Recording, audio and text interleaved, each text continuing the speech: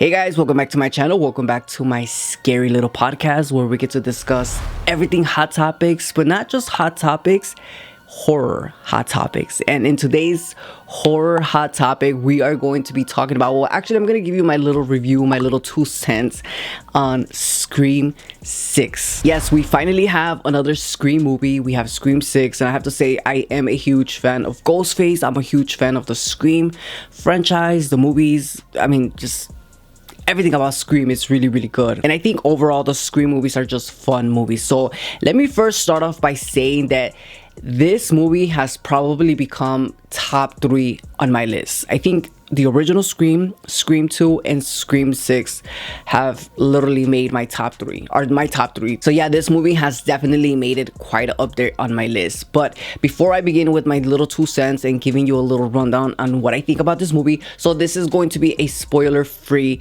movie. We're not going to be talking about spoilers because the movie just came out. But when I was at the movies, I was really happy to see these cups. I did not know that they had made these cups because apparently I am living under a rock. But yeah, these souvenirs are really cool. I like these cups. They're just really cool. I like that movies are starting to do stuff like this. I think this is very thoughtful and just really cool overall. So the cup is really good. I think these were $12.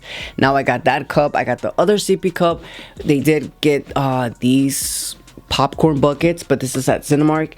And another thing that I like is these Scream posters that they were handing out. I think this is, again, really cool, really thoughtful for them to do. So yeah, I like this and I appreciate stuff like this. So I'm gonna be framing this so I can add it to my horror collection and just horror memorabilia overall. But yeah, this is definitely really cool. All right, so Scream 6, you guys, Scream 6. Where do I begin with this movie? This movie, wow, just from beginning to end they wasted no time with this movie. They really got to the point from beginning, from the opening scene to the closing scene to the big reveal and stuff like that.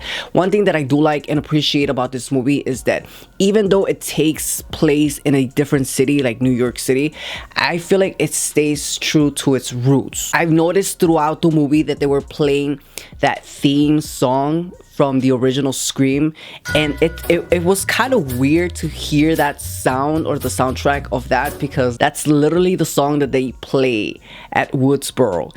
I don't know, it was weird, but I liked it. I enjoyed it, and just this movie was really good. The storyline was a really good storyline, the way that it was written, the way that it was directed. I think they had a specific vision of how they wanted to make this movie, and they accomplished this movie. So let's talk about a little bit about the opening scene without spoiling anything. I think the opening scene, you know what's crazy? I feel like I saw that coming. I feel like I've always said they need to do something like that. I wish that I could tell you, but I don't want to spoil it. But when you watch the movie, you'll see what I'm talking about. You know, every Scream movie has its opening scene where, you know, the Ghostface calls whoever and then they kill that person, right? I mean, I don't think that's a spoiler. It happens in every single Scream movie, like the big kill in the beginning. But there was a small, tiny little twist in the beginning of Scream 6, which I really did enjoy. It didn't make me go, wait, what the hell? It made me go, I knew that was going to happen. For some reason, I knew that was going to happen, and I think it was well played. Another thing that I liked about this movie were the kills. I think the kills were a little bit more gruesome, a little bit more bloody. The thing that I like the most is that if someone gets stabbed in the face, they're gonna show you that. If somebody gets stabbed in the ear, they're gonna show you that. If they get stabbed, wherever they get stabbed, they're gonna show you that. They're not gonna, you know, it's not gonna be a shaky camera. It's not gonna be like, oh, we're just gonna show their facial expressions when they get stabbed. They don't do none of that. They actually show you that they're being stabbed, which is something that I do appreciate about horror movies. I feel like horror movies nowadays, or especially bloody slasher horror movies, they seem to be toning it down in the blood and the kills. I don't know if it's like a thing that they're not supposed to be showing too much of, but Scream 6 does not hold back. They do not hold back, and that is something that I really do like about Scream 6 is the kills. Also characters, the character developments, the original characters came back, and I really like the way that they took the storyline from these characters coming from a small town to a big city. I like how they were able to portray that in this movie. But another thing that I was thinking about a lot was Sidney Prescott. So Neve Campbell was not in this movie. She did not return because she didn't get paid what she was asking for. And at first I was like, well, you can't have a Scream movie without Neve Campbell, right? You can't. It's impossible. She's like the main character.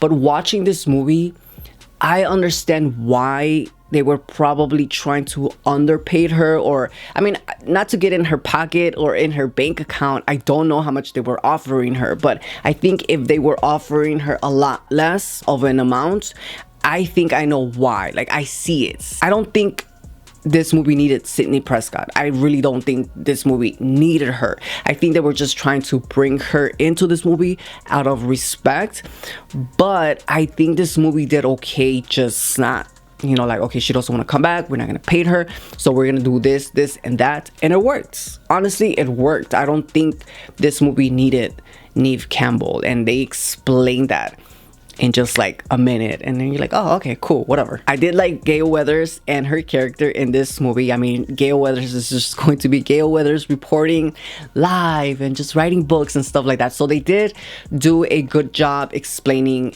her storyline and why she's in New York City, I guess you could say. They did introduce us with new characters, but I feel like these characters are just fillers. Like, there's really not much to these characters. You really don't know anything about these characters. They're just very forgetful characters. We did get Kirby back, and she is a very important piece to this puzzle. Without saying too much, I think that the way that they made that happen was such a clever move, and I see what they were trying to do to manipulate the storyline.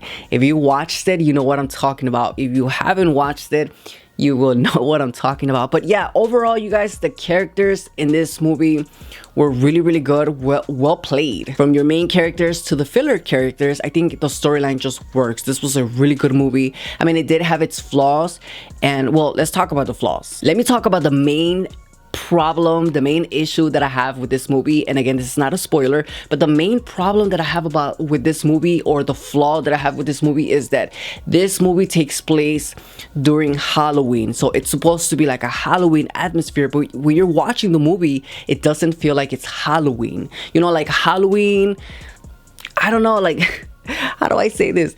When you're watching this movie, it's like, oh yeah, she went to a Halloween party, and you're like, wait, this movie takes place during Halloween time, and nothing about this movie feels like Halloween. I wish they would have added more Halloween stuff, like decorations, pumpkins, falling leaves. I don't know, something that makes it feel like it's Halloween, like Michael Myers Halloween. You know, when you watch those movies, it feels like Halloween. The atmosphere feels like Halloween, you know, with the pumpkins, with the decorations, kids in Halloween costumes. This one, they tell you it's Halloween because they tell you it's a Halloween party and there's people dressed in costumes. Even the trailer doesn't make me feel like it's a Halloween atmosphere, and I wish they would have, I don't know, amped that up a little bit more. It doesn't take anything from the movie, it just doesn't feel like a Halloween week or a Halloween atmosphere. Do you get what I'm saying? Oh my god, I hope you guys understand what I'm talking about. But that is just like the main flaw that I have with this movie, or an issue I have with this movie, is that it doesn't feel like it's Halloween or Halloween month or the Halloween week. Also, another small little flaw, and you know what, I probably wouldn't even consider this a flaw, is the killer in this movie. The thing that I like about this movie is that they throw all of these characters at you to confuse you of who the killer is towards the end. So when the big reveal happens and it shows you who the killer is, some people might get it right and some people might not get it right. At first, when I was looking at the movie, especially with Scream, I always try to pay attention to who they're making it look too obvious, because when they make a character look too obvious, like that's the killer, that's how you know it's not the killer, because they're not gonna make it too obvious. Without saying too much, at first I thought it was somebody, but then as the movie progressed and it went on, I started suspecting somebody. And at the end of the movie, when the big reveal showed, I was like, I freaking knew it. I knew it. I wasn't 100% sure, but when they showed who the killer was, I was like, of course. So cliche, but it worked. It really did work. This reminded me a lot of another Scream movie, like a lot. It's almost the same storyline.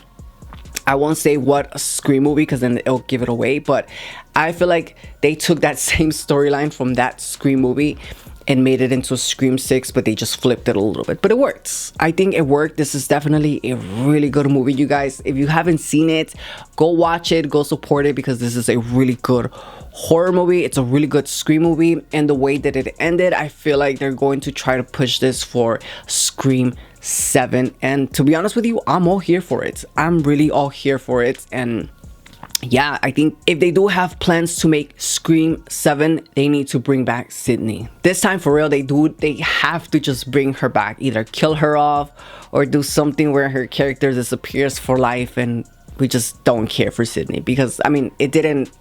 her being in this movie or not being in this movie, it really didn't matter, to be honest with you. One thing that I didn't like about this movie was the train scene. The train scene to me seemed pointless. I think I don't know, it almost seemed like when they were writing the script, they had this really cool idea about, you know, the train, we're gonna have a train scene and this is gonna happen and this is gonna happen. Oh, but wait, they live in Woodsboro.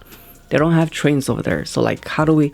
Oh, New York, where everybody takes a train, because why would they take a car, right? Everybody takes public transportation. We all know how crazy it is to live in New York. So yeah, let's make a movie in New York. And I think maybe that's how the idea came about. I don't know, in my head that's how it happened. But I think the train scene was just pointless. There was really like not much to it, to be honest with you. That's just my opinion.